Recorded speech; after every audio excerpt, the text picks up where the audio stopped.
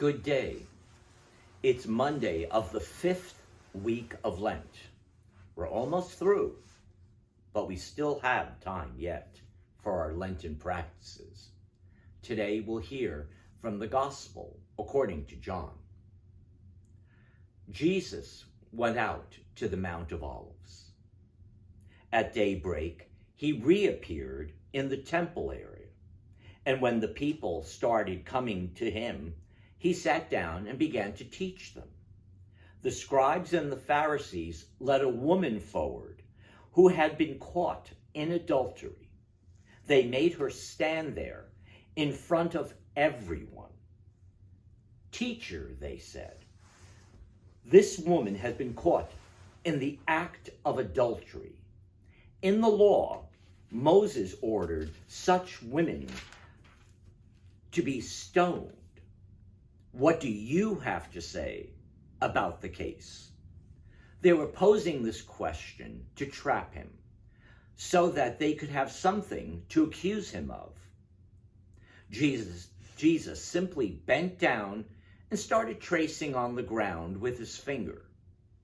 When they persisted in their questioning, he straightened up and said to them, "Let the one among you who has no sin be the first to cast a stone."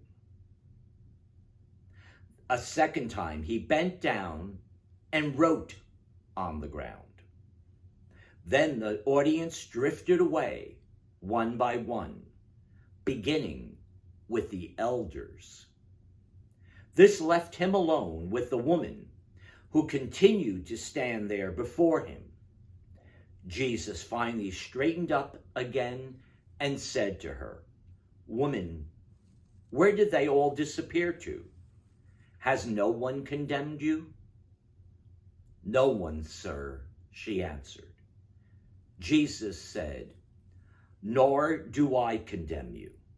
You may go, but from now on, avoid this sin."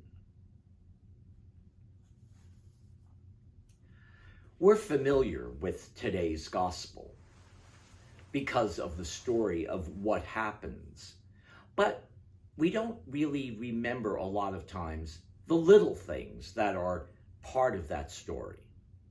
Jesus coming into the temple after an evening of prayer, centering, keeping himself back on track for what was going to be coming.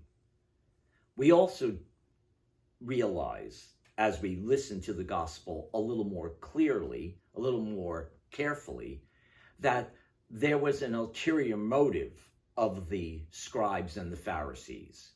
That was not only to trip up Jesus, but to go and see, really, was he the Messiah? Because if he did, he probably wouldn't go and agree with what Moses said. The thing that's interesting is what Jesus does when confronted by them. He bends down and scribbles on the ground, first once, and then they continue with their haranguing him. Then he does it again, and this time it says that he wrote on the ground. The first was almost like giving an indication of what he was going to do. The second time, it was his answer. And the answer obviously was one that they could not admit to. And that is why today, when we hear this, we remind ourselves that Jesus is coming to us and asking us to consider something.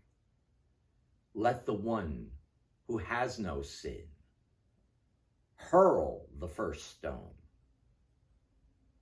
My job for you today is to go through these 24 hours and think before you act.